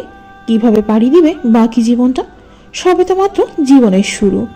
তার উপর আবার আজ রুবির ফোনের আলাপ পেয়ে মনটা ছোট হয়ে গেছে তার। হয়তো এবার ঢাকা গেলে আবারও শুরু হবে আগের মতো। যন্ত্রণাগুলো চাপা কিন্তু অনেক কষ্টের। না পারা যায় কাউকে বলতে, না পারা যায় কাউকে দেখাতে, শুধু পারা যায় নিজের বুকের মাঝে লুকিয়ে রাখতে। পরদিন সকাল থেকেই সব রান্নার আয়োজন করা হয়। ইরফান আর তার বাবা রহমান আলী সবটা তদারকি করছে। বেরি আজ ঘর থেকেই বের হয়নি। ঢাকাতে কোরআন শরীফের 27 পারা শেষ দিয়ে আসছিল। আজকে হুজুরদের মিলাদের সাথে সেও বাকি 3 পারা শেষ দিয়ে কোরআন খতম করে বাবার আত্মার শান্তির জন্য দোয়া চাইবে। সকাল সকাল মায়ের সাথে সব কাজ শেষ করে গোসল দিয়েই আগে 10 রাকাত নফল নামাজ আদায় করে আর তার উপর কোরআন শরীফ নিয়ে বসে যায় বেরি। গুনগুন করে কোরআন শরীফ পাঠ করে বেরি। এর মাঝে কয়েকবার ইরফান রুমে এসেছিল দরকারে। যতবার এসেছে ততবারই দেখেছে বেরি কোরআন পাঠ করতেছে। কোরআন পাঠ শেষ করে জোহরের পরে নামাজ আদায় করে তারপর বেরি রুম থেকে বের হয়। এদিকে বেরিকে দেখে বেরির মা বলে, বেলি ফুল, হ্যাঁ মা। জামাইরে ডাক। আচ্ছা। মায়ের কথায় ঘরের সাইডে যায় বেরি। গিয়ে দেখে ইরফান সেখানে দাঁড়িয়ে আছে। বেরিকে দেখে ইরফান বেরির সামনাসামনি হয়ে দাঁড়ায়। বেরির চোখ মুখ ফুলে একাকার। হয়তো আজকেও কেঁদেছে মেয়েটা। আসলে আজ বেরি অনেকক্ষণ কেঁদেছে। আজকের দিনেই বেরির বাবা তাদের ছেড়ে চলে গিয়েছিলেন, তাই কষ্টগুলো আবারও মনে পড়ে গেছে তার। খতম হয়েছে? জি। কান্না করছিলা? না। বরাবরের মতোই এবারও এড়িয়ে যায় বেরি, তাই ইরফানও আর জোরাজুরি করে নাই। হুজুররা চলে আসবে, আমি আর বাবা হুজুর আর পুরুষদের খাওয়াবো, তুমি মহিলা আর বাচ্চাদের দিকটা দেখো। জি আচ্ছা। বলে মাথা নাড়ে বেরি। এবার ইরফান বেরির মুখের দিকেই চেয়ে আছে। পুরো মুখটাই মায়াবী, একদম শান্ত। ওর মতোই হয়তো ওর চোখের পানিগুলো ঝরতে তাড়াহুড়ো করে না, ওর মতোই শান্ত হয়ে ঝরে। বেরি সেখান থেকেই বলে যায়। সবাই খানার কাজে লেগে যায়। বেরি সবাইকে বেড়ে দিচ্ছে। হঠাৎ করেই কেউ একজন পেছন থেকে ডাক দেয়, বেলি। জোরে ডাক দেয় বেরি। পেছনে তাকায়, দেখে ময়না দাঁড়িয়ে আছে। নিজের প্রিয় বান্ধবী, যার কথা কাল রাতেও সে তার মাকে বলল, আজ সে বান্ধবী তার সামনে দাঁড়িয়ে আছে। বেরি দ্রুত হেঁটে গিয়ে ময়নাকে জড়িয়ে ধরে, আর ময়নাও পরও ভালোবাসায় জড়িয়ে নেয় বেরিকে। কেমন আছিস বেলি ফুল? আমি ভালো আছি, তুই কেমন আছিস মানে পাখি? আমিও আলহামদুলিল্লাহ। বিয়ে করে রানী হয়ে গিয়েছিস? তুইও তো কম রানী হোস নাই। তাই আয় খেতে বস, আজ আমি নিজে ভাত বেড়ে খাওয়াবো তোকে। খাবো, তোর সাথে অনেক কথা আছে। তো জামাই কই? আছে, তুই আয় না বস। বসবো, অনেক কথা আছে তোর সাথে। আচ্ছা শুনবো, আগে খেতে বস। ময়না অনেক তাড়া দিচ্ছে বেরিকে। হয়তো খুব জরুরি কথা ছিল তার, তাই কোনো রকম খেয়ে বেরিকে নিয়ে বাড়ির পাশের পুকুর ঘাটে নিয়ে যায় ময়না। জানিস কি হয়েছে? কি? সে ফোন দিছিল আমারে। কে? রাজু ভাই। শুনে বেলির বুকে একটা পাহাড় পড়ে যায়। এমনিতেই তো সে মরে আছে, তার উপর ময়না এসে খাড়ার ঘাটা দিয়েই দিল। সেই সময় বেলির পায়ের নিচ থেকে মনে হচ্ছিল সব মাটি সরে যাচ্ছে। চোখ থেকে আপনা আপনি গাল বেয়ে 2 ফোঁটা পানি পড়ে যায় বেরির। নামটা শুনেই ধপ করে পুকুর ঘাটে বসে পড়ে বেরি। আজ প্রায় 10 মাস পর রাজুর কথা আবার মনে পড়ল বেরি। নিঃশব্দ মুখে শান্ত চোখ জোড়া বেয়ে ক্রমাগত পানি গড়িয়ে যায়, গাল বেয়ে পড়ে বেরি। সারাদিনের পর ক্লান্ত শরীরটা তার এই কথাটার জন্য প্রস্তুত ছিল না। এমন সময় ময়না আবার বলে ওঠে, আমি তো পুরি অবাক হয়েছিলাম ফোন পাইয়া। কি কইল সে? তোর কথা জিজ্ঞাইছে। কি শুনলাম বেলির বিয়ে হয়েছে? বেলি কি এখন ঢাকা থাকে? এইসব বললো। কি বললি তুই? আমি বলেছি আমি সঠিক জানি না। ভালো করছিস, কখনো বলিস না। তার কাছে হয়তো ভালোই থাকতি তুই, জানিস চাকরি করে একটা, অনেক ভালো টাকা বেতন পায়। আমি এখন অন্যের বউরে এইসব শোনাও গোনা জেনে শুনে গোনা কিভাবে করি? 10 মিনিট কথা বলছিলাম, 7 মিনিটই তোর কথা বলো। আমার কথা কখনো বলিস না, তার সামনে কখনো হয়তো যাইতে পারবো না। এটা রাখ। কি এটা? রাজু ভাইয়ের নাম্বার। এটা আমার কোনো কাজেই লাগবে না। রেখে দে বেলি, যদি কখনো ভালো লাগে কথা বলে নিস। এই বলে ময়না কাগজের টুকরোটা বেলির হাতে দিয়ে দেয়। তারপর বেলির সাথে আরও কিছুক্ষণ কথা বলে ময়না বিদায় নেয়। বেলি তখনও খাটে বসা। আসরের আজান পড়ে যায়। কানে আজানের আওয়াজ পেতেই লাফিয়ে উঠে সে তাড়াতাড়ি বাড়ির দিকে যায়। আজ সন্ধ্যার পর হয়তো তাকে শ্বশুর বাড়িও যেতে হবে, কারণ রহমান আলী চান এক রাত তার কাছেও থাকবে তার ছেলে আর ছেলের বউ। বাড়ি এসে নিজের রুমে যায় বেরি। ইরফান তখন ওই দিক ফিরে শুয়ে আছে। আজ সারাদিন অক্লান্ত পরিশ্রম করেছে মানুষটা, তাই হয়তো ঘুমিয়ে পড়েছে। এইটা ভেবে বেরিয়েও চুপচাপ কোনো শব্দ ছাড়া কাজ করে। আস্তে করে নিজের পার্সের মধ্যে ময়নার দেয়া কাগজের টুকরোটা রেখে দেয়। তারপর অজুর উদ্দেশ্যে বেরিয়ে যায় রুম থেকে। কলপার থেকে উজু করে এসে নামাজ আদায় করে নেয় বেরি। সন্ধ্যা হতে আর বেশিক্ষণ সময় নেই। বেরি সব গুছিয়ে নিয়েছে, কালকেই আবার ঢাকা ফিরতে হবে তাদের। আবার সেই বন্দি জীবন, নিজের স্বামী আর সতীনের সংসারে ফিরতে হবে তাকে। অপরদিকে রাজুর কথা বারবার মনে পড়ে যাচ্ছে। এদিকে ইরফানও খেয়াল করছে বেরি কেমন জানি চুপচাপ হয়ে গেছে, কিন্তু সে কিছু বলেনি বেরিকে। বাড়ির থেকে একেবারে বিদায় নিয়ে বেরি আর ইরফান বেরিয়ে পড়ে। একটা রিক্সা করে উঠে যায় বেরি আর ইরফান। 10 মিনিটের রাস্তা, তাই বেশি একটা ঝামেলাও হয়নি পৌঁছাতে তাদের। বেলি পুরো রাস্তা চুপচাপ ছিল। ইরফান রুমের প্রথমে ভেবেছে তার মায়ের জন্য মন খারাপ, তাই সে আর তেমন কিছু বলেনি। বাড়ি পৌঁছে শ্বশুরকে সালাম করে নেয় বেরি। ঘরের ভেতরে গিয়ে বেরি একটু অবাক হয়ে যায়। পুরো ঘরটাই এলোমেলো হয়ে আছে, অথচ ইরফান একজন কাজের মহিলা ঠিক করে দিয়েছিল। সেই মহিলা থাকা সত্ত্বেও ঘর বাড়ির এই অবস্থা, তাই ইরফান রাগারাগি করে। অন্যদিকে বউয়ের হাতে রান্না খাবেন বলে রহমান আলী বাজার করে এনেছেন বিকালে, তা দেখেও ইরফান ফোপাতে থাকে। এখন এই সন্ধ্যার পরে বেরিকে আবার চুলার কাছে যেতে হবে। গ্যাস হলে সমস্যা ছিল না, কিন্তু সমস্যা হচ্ছে মাটির চুলা বলে। কিন্তু বেলি একবারের জন্য বলেনি যে তার রান্না করতে সমস্যা হবে। তাই বুদ্ধি করে আগে আগে ইরফানের রুমের বিছানার চাদর পাল্টে নতুন চাদর বিছিয়ে পুরো রুম পরিষ্কার করে দেয় বেলি। নয়তো দেখা যাবে ইরফান রাতে বাইরে দাঁড়িয়ে থাকবে কিন্তু রুমে আসবে না। 1 ঘন্টার মতো সময় নিয়ে সব পরিষ্কার করে দেয় বেলি। আর কাল সকালে সকালে উঠে পুরো বাড়ি পরিষ্কার করে দিয়ে যাবে, কারণ তারা দুপুরে বাসে যাবে। এর মাঝে রহমান আলী ডাক দেয় বেরিকে। বৌমা, ও বৌমা। জি বাবা। এখন কি রান্না করবা নাকি কালকে করবা? বাবা এখনই যাইতেছি আমি পাকের ঘরে, আপনার ছেলের রুমটা পরিষ্কার করলাম একটু বাবা। ও বাবা, খালা কি কাজ করে? সবকিছু এমন এলোমেলো কেন বাবা? কি জানি মহিলা কি সচরবতর কাজ করে বুঝি না আমি। আচ্ছা, কাজ সব বুঝিয়ে দিয়ে যাব আমি। আচ্ছা। শ্বশুরের সাথে কথা বলে বাজারের ব্যাগ নিয়ে বেলি রান্নাঘরে যায়। রান্নাঘরে সবকিছুই রাখা আছে তাদের। এইদিকে ইরফান ওদের বাড়ির ঘাটে বসে আছে। এর মাঝে রুবির ফোন আসে। আশেপাশে তাকিয়ে ফোন রিসিভ করে ইরফান। হ্যাঁ। কবে আসবা? কাল। তাহলে আমায় এসে নিয়ে যাবা? অসম্ভব, নিজে যেমন গেছো ঠিক তেমন আসবা। মানে কি? মানে আমি যা বললাম তাই, নিজে গেছো আর নিজেই আসবা। আর যদি না আসি? তাহলে আলহামদুলিল্লাহ, আমি বেঁচে যাব। হ্যাঁ তো সোজা। রাখছি। লাইন কেটে দেয় ইরফান। ইদানিং রুবিকে তার অসহ্য লাগে। ইচ্ছে করেই কথা বলে না সে রুবির সাথে। কেন জানি বেলির আশেপাশে থাকতে বেশি স্বাচ্ছন্দ্য বোধ করে ইরফান। ইরফানের মনের ঘরে তার ওই অজান্তে এখন বেলির বিচরণ। তার মনে এক এক সময় এক এক ভাবনা। কখনো মন চায় বেলিকে নিয়ে হারাতে ওই দূর অজানাতে, আবার কখনো মন চায় নিজেই হারাতে বেলির মাঝে। বেলির মাঝে কিছু তো একটা আছে যা ইরফানকে খুব করে টানে। মোবাইলটা অফ করে বাড়ির মধ্যে ঢুকতেই দেখে উঠানের এক সাইডে রান্নাঘরে আলো জ্বলছে। ইরফান পা বাড়াতেই দেখে বেলি রান্না করে। একা হাতে এই রাতের বেলা রান্না করছে মেয়েটা। ঢাকাতে তো মিনু সাহায্য করত, কিন্তু এখানে তো একদম একা।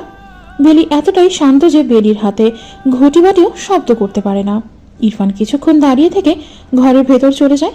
নিজের রুমে ঢুকে সে রীতিমতো অবাক হয়ে যায়। সবকিছু পরিষ্কার, বিছানার চাদর থেকে শুরু করে রুমে যা যা ফার্নিচার ছিল সব পরিষ্কার করা, এমনকি রুমের পাপোচটা পর্যন্ত পরিষ্কার করা। ইরফানও বুঝে যায় এটা বেলি ছাড়া অন্য কারো কাজ না। ইরফান বুঝে উঠতে পারে না বেলিও এত কাজ করে কিভাবে। বেলির জায়গায় রুবির কাছে যদি তার বাবা আজকে রান্নার আবদার করতো, হয়তো এই জীবনেও তার বাবার সেই আবদার পূরণ হতো না। আর সেই জায়গায় বেলি বিনা কথায় সব করে। এইসব ভাবতে ভাবতেই বেলি ডাক পড়ে, শুনছেন শুনছেন, ঘুমিয়ে গেছেন? ও তুমি, চোখটা লেগে আসছিল। খাবার বাড়ছি, খেতে আসেন। হুম। ইরফান বেলির কথা ভাবতে ভাবতে কখন যে ঘুমিয়ে পড়েছিল তার নিজেরই খেয়াল নেই। হয়তো এরই মাঝে বেলির সব রান্না শেষ হয়ে গেছে। ইরফান আর দেরি করে না, খেতে চলে যায়। সেখানে ইরফানের বাবা রহমান আলী তার জন্য অপেক্ষা করছে। ইরফান ও রহমান আলী খাবার খাবে এমন সময় রহমান আলী বেলিকেও তাদের সাথে খেতে পারে। বৌমা, জি বাবা। আমাকে সাথে খেয়ে নাও। আপনারা খান বাবা, পরে আমি কি নিব? পরে তুমি কি একা একা খাবা নাকি মা? এখনই বসে পড়ো। বাবা আপনারা খান। বাবা বলছে তো বসার জন্য, বসে খেয়ে নিলে কি হবে তোমার? ইরফান, বৌমাকে ধামকাস কেন তুই? আমি তো বলতেই আসি মাতব্বরি করবি না একদম, এটা আমার মা। মা তুমি বসো, আমার সঙ্গে কয়েকটা খেয়ে নাও। শ্বশুরের কথায় বেলিও খেতে বসে যায়। রহমান আলীর অনেক দিনের শখ ছিলেন লাউ চিংড়ি খাবেন, তো আজ বেলি পূরণ করে দিয়েছে। ইরফানের জন্য আলাদা করে মাছ ভুনা আর চিকেন ঝোল করেছে, আর তার বাবার জন্য লাউ চিংড়ি, পুঁটি মাছ ভাজা, চিংড়ি ভর্তা করেছে বেলি। বেলি শুধু একটু ভর্তা দিয়ে অল্প কয়েকটা ভাত খেয়েছে। ইদানিং খাওয়ার প্রতি তার অরুচি ধরে গেছে, কিছুই খেতে ভালো লাগে না তার। কিরে মা, এই কয়েকটা ভাত নিলি? বাবা এই কয়টাই বেশি। হায় হায়, বলে কি? এমন খেলে তো অসুস্থ হয়ে যাবি। না বাবা, আমি ভালোই আছি। ইরফান আর চোখে নজর দেয় বেলির দিকে। কিছু তো একটা হয়েছে বেলির, কেমন জানি লাগছে তাকে। বেলি তো এইভাবে থাকে না, শান্ত থাকে কিন্তু এমনভাবে থাকে না। এটা ইরফানের খটকা লাগছিল। ইরফান আর কিছু না বলে চুপ করে খেয়ে উঠে যায়। এইদিকে বেলিও সব গুছিয়ে রেখে রুমে যায়। ইরফান তো খাটে শুয়ে মোবাইল টিপছে। ইরফানের দিকে কিছুক্ষণ চেয়ে থাকে বেলি। এই সেই রুম আর এই সেই খাট যেখান থেকে ইরফান বাসর রাতে ওকে ধাক্কা মেরে ফেলে দেয় আর বলেছিল, তুই যদি এক বাপের জন্মের মেয়ে হয়ে থাকিস আমার আশেপাশেও ঘেঁষবি না। কথাটা আজও মনে আছে তার। আর তার উপর একদিন ভুলবশত দুধ পড়ে যাওয়ায় জোতা মেরেছিল। নিয়তি বড্ড বেশি খেলা করে গেছে বেলির সাথে। নিয়তি বেলির কাছ থেকে শুধু নিয়েই গেল, বিনিময়ে কিছু দিয়ে গেল না। এইসবই কিছুক্ষণ ভেবে তারপর ফ্লোরে মাদুর পাততে থাকে বেলি। বেলির মাদুর পাতা দেখে ইরফান তাকিয়ে থাকে বেলির দিকে। তারপর অত্যন্ত ঠান্ডা মাথায় নিচু স্বরে বেলিকে ডাক দেয় ইরফান। বেলি। জি। মাদুর কেন পাতো? এখানে শুভ। বিছানায় কি হয়েছে? আমি এক বাপের জন্ম। কথা শুনে ইরফান কিছু উপলব্ধি করতে পারে, আর তখনই খাট থেকে নেমে বেলির কাছে যায় সে। বেলির বাম হাতটা ধরে আর বলে, কোনো রকম তামাশা চাই না, খাটেই শুবে তুমি, যাও। আমি এখানে ঠিক আছি। এমন আছাড় দিব, যাও খাটে। তবুও বেলি দাঁড়িয়ে আছে সেখানে। ইরফানের মেজাজ খারাপ হয়ে যায়। টানতে টানতে বিছানার কাছে নিয়ে যায় সে বেলিকে। তারপর জোর করে শুয়ে দেয় বেলিকে। যদি উঠেছ তো আমার থেকে খারাপ কেউ হবে না। এইভাবে জোর করলে কি মুখে কথাটুকু ফেরত দিতে পারবেন? কথায় আছে, বন্দুকের গুলি ধনুকের তীর, ফেলে দেওয়া থুতু আর মুখের কথা কিছুতেই ফেরানো যায় না। শুভরাত্রি। এইটুকু বলে বেলি চোখ বন্ধ করে ফেলে। ইরফান কিছুক্ষণ তাকিয়ে থাকে বেলির দিকে, তারপর নিজেও পাশে এসে শুয়ে যায়।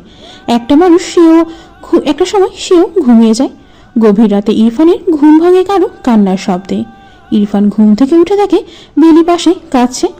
এত রাতে কি জন্য এভাবে কাঁদছে সে প্রশ্নটা মাথাতে এলেও তাৎক্ষণিক সে কি করবে বুঝতে পারছিল না। অন্যদিকে বেলিও ডুকরে কাঁদছে। ইরফানের আর সহ্য হয়নি ইরফান বেলির কাঁধে হাত দিয়ে বেলিকে এক পাশ থেকে সোজা করে শুইয়ে দেয়। কি হয়েছে, এত রাতে কাঁদছো কেন? বেলি কি হয়েছে বলো? একটা দাড়ি পাল্লা, তার দুটো পাল্লার এক পাশে সুখ আরেক পাশে দুঃখ। মাপলে কেন দুঃখটার পালাটাই ভারী হয় বলতে পারেন? বেলির এমন কথায় স্তব্ধ হয়ে যায় ইরফান। ডিম লাইটের আলোতে ইরফান বেলিকে দেখছে নিবিড়ভাবে। বেলির চোখের পানিগুলো চিকচিক করতেছে। বলুন না, কেন সুখের চাইতে দুঃখের পালাটা ভারী হয়? বেলি, কেঁদো না। আমার সুখ চাই। বেলি, হ্যাঁ, আমার সুখ চাই। আজকে আপনার কাছে আমি আমার অধিকারটুকু চাই, দেবেন? এই বলেন না, দিবেন? আমি সহ্য করতে পারি না, এভাবে থাকতে থাকতে খুব কষ্ট হয়। আমি মরে যাব এভাবে থাকতে থাকতে। বেলি, কি সব বলছো? শুনুন না, আজ আমায় একটু ভালোবাসবেন? এই আমার দিকে দেখেন, আমার আপনাকে চাই, আপনার এই শরীরটাকে আমার চাই, আপনার অংশ চাই আমি। শুনতে পাচ্ছেন আপনি? আমার আপনাকে চাই। এতদিন পর আজ চাইছি আপনাকে, দেবেন না আমায় আপনাকে? ইরফান, এদিকে দেখেন, এক রাতের জন্য চাই আপনাকে। এই শরীরটা আপনার শরীরকে চাই। ইরফান, আমার দিকে তাকান। ইরফান, চুপ করে থাকবেন, কিছু বলবেন না? ইরফান, এমন যেন না হয় আপনি আসলেন আমার কাছে, কিন্তু আপনাকে পাওয়ার জন্য আমি রইলাম না। ইরফান আর কথা না বলে থাকতে পারেনি। ওই অবস্থাতেই বেলিকে জড়িয়ে নেয় ইরফান। বেলিও ইরফানকে জড়িয়ে নেয়। আজ বেলি ধরা দিয়েই দেয় তার ভালোবাসার কাছে। ইরফানের স্পর্শ পেয়ে বেলি আরো আঁকড়ে ধরে ইরফানকে। আজ বেলি কাঁদছে, ডুকরে কাঁদছে, আর ইরফানকে বলেছে, ইরফান, আজ কোনো কথা না বলি, আজ শুধু ভালোবাসুন, কোনো শর্ত ছাড়াই ভালোবাসুন আমায়। বেলির কথা ইরফান বেলিকে আরো শক্ত করে জড়িয়ে ধরে। নিজের গায়ের কাঁথাটা সরিয়ে বেলির কাঁথার নিচে ঢোকে ইরফান।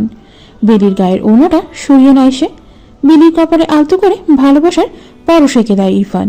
বেলি নিঃশব্দে যেন সেখানেই, বেলির নিঃশ্বাস যেন সেখানেই বন্ধ হয়ে যায়। বেলির হাতের বন্ধনে নিজের হাত আবদ্ধ করে নেয় ইরফান। শরীরের নিচে দুজোড়া পা এক করে অপরকে জড়িয়ে নেয়। ইরফানের ডান হাতটা বেলির গাল, গলা, কাঁধ স্পর্শ করে যায়। একটা সময় হাতটা বেলির পিঠে চলে যায়। বেলির বাম কাঁধ থেকে ইরফান জামাটা টেনে নিচে নামিয়ে দেয়। বেলি যত শক্ত করে পারে আঁকড়ে ধরে ইরফানকে। বাহিরে ডাহুক পাখি ডেকে ওঠে, সাথে ঝিঝি পোকার শব্দ। আজ আকাশে পূর্ণিমার চাঁদ উঠেছে। সেই আলোয় দুটো শরীর মিলেমিশে একাকার হয়ে যাচ্ছে। ভালোবাসাগুলো জানান দিচ্ছে। পুরো ঘর জুড়ে চাপা আর্তনাদ। আজ কারো মুখে কথা নেই, শুধু নিঃশ্বাসের শব্দ ছাড়া। মিলনের মাঝে ক্লান্ত শরীরে ইরফান যখন বেলিকে জড়িয়ে নেয়, ঠিক তখনই বেলির নিঃশ্বাস জোরে জোরে পড়া শুরু করে। একটা সময় বেলির পুরো শরীর ঠান্ডা হয়ে যায়। বেলি দুই হাত দিয়ে ইরফানের বুকে চেপে ধরে রাখে আর শ্বাস ফেলে যাচ্ছে। মনে হচ্ছিল তার শ্বাস নিতে কষ্ট হচ্ছিল। ইরফান বেলির গালে হাত দিয়ে বেলিকে সেন্সে ফেরানোর চেষ্টা করে। বেলির কথা বলার শক্তিটুকু হারিয়ে ফেলে। চোখ দিয়ে স্রোত বইছে পানি। ইরফান বুঝতে পারে বেলির হাত পা সব ঠান্ডা হয়ে গেছে। ইরফান উঠে বেলির হাতে পায়ে মালিশ করছে, কিন্তু বেলির শ্বাস আরও বেড়ে যায়। গলা কাটা মুরগির মতো তড়পাচ্ছে বেলি, কিন্তু কিছুই করতে পারছে না ইরফান। বাবা বাবা বলে কয়েকবার নিজের বাবাকে ডাকে ইরফান, কিন্তু তার বাবারও খবর নেই। ইরফান বেলির হাত পা টিপে দেয়, ডলে দেয়, বেলির মুখে শ্বাস দেয়। হঠাৎ বেলি কেসে ওঠে। ইরফান বেলির দুই গালে তার দুই হাত দিয়ে জড়িয়ে নেয়। ইরফান বুঝতে পারছে যে বেলির খুব কষ্ট হচ্ছে। মুহূর্তের মাঝেই শরীরের সব উত্তেজনা শেষ হয়ে যায়। বেলি বহুত কষ্টে কিছু কথা বের করে মুখ থেকে, তবে শ্বাসকষ্টের জন্য আর সবটা আসে না কথা, তবুও চেষ্টা করে সে। বলেছিলাম না, সময় হয়তো নাও থাকতে পারে। আপন করে নিতে আমায় কত মেরেছেন, আমায় কত আঘাত দিয়েছেন। এখন আপনি মুক্ত, আমি আপনাকে মুক্ত করে দিয়ে চলে গেলাম। ইরফান অশ্রু চোখে বেলিকে বারবার ডাকছে, আর বেলির শ্বাস আরও বেড়ে গেছে। ইরফান বেলিকে বারবার ঝাঁকাচ্ছে, কিন্তু একমাত্র বেলি। ইরফান অশ্রু চোখে বেলিকে বারবার ডাকছে, আর বেলির শ্বাস আরও বেড়ে গেছে। ইরফান বেলিকে বারবার ঝাঁকাচ্ছে, কিন্তু এক সময় বেলি নিস্তেজ হয়ে যায়। হাত জোড়া ইরফানের বুক থেকে সরে খাটের মধ্যে পড়ে যায়। ইরফান কয়েকবার বেলি বেলি বলে চিৎকার করে, কিন্তু বেলি আর সাড়া দেয় না। নাকের কাছে হাত নিতে দেখে বেলির আর নিঃশ্বাস পড়ছে না। বেলি মারা গেছে। হ্যাঁ, বেলি মারা গেছে। বেলির চোখ দিয়ে দম গেছে। শান্ত চোখে ইরফানের দিকে তাকিয়ে আছে সে। এই অন্ধকারে বেলি তার শেষ নিঃশ্বাস ত্যাগ করে। ঘামার্ত শরীর নিয়ে ইরফান লাফিয়ে ওঠে। বেলি বলে চিৎকার করে উঠে সে। তবে সেই চিৎকারের কোনো শব্দ হয় না। সব কথা শুনে সব কথা যেন আজ ভেতরে রয়ে গেছে। ইরফান এদিক সেদিক তাকায়, নিজেকে বিছানায় আবিষ্কার করে সে। পুরো শরীর কাঁপছে, তার কপালে ঘাম জমে গেছে। তাড়াতাড়ি উঠে লাইট জ্বালায় ইরফান। বেলি তখন ওইদিকে মুখ ফিরিয়ে ঘুমিয়ে আছে। ইরফান দৌড়ে গিয়ে বেলির পাশে দিয়ে নিচে ফ্লোরে বসে পড়ে। ভালোভাবে বেলিকে দেখছে সে। তারপর বেলির নাকের কাছে নিজের হাত নিয়ে দেখে, না, বেলির নিঃশ্বাস তো ঠিকই আছে। বেলির গায়ের কাঁথাটা হালকা সরিয়ে বেলির শরীরের দিকে তাকায় সে। শরীরে জামা কাপড় তো ঠিকই আছে। তাহলে তখন এইটা কি ছিল? ইরফানের শরীর তখনও কাঁপছে। কিছুক্ষণ অতিবাহিত হওয়ার পর ইরফান অনুভব করতে পারে সে এতক্ষণ স্বপ্ন দেখছিল। হ্যাঁ, ইরফান স্বপ্ন দেখছিল এতক্ষণ, এক ভয়ার্থ স্বপ্ন, যা কল্পনাতেও আনতে পারেনি সে। এটা কেমন স্বপ্ন দেখলো সে, যেখানে তারই সামনে তারই বাহুতে বেলির মৃত্যু ঘটে গেল। সে খাটের পাশে টেবিলের উপর পানি দেখতে পায়।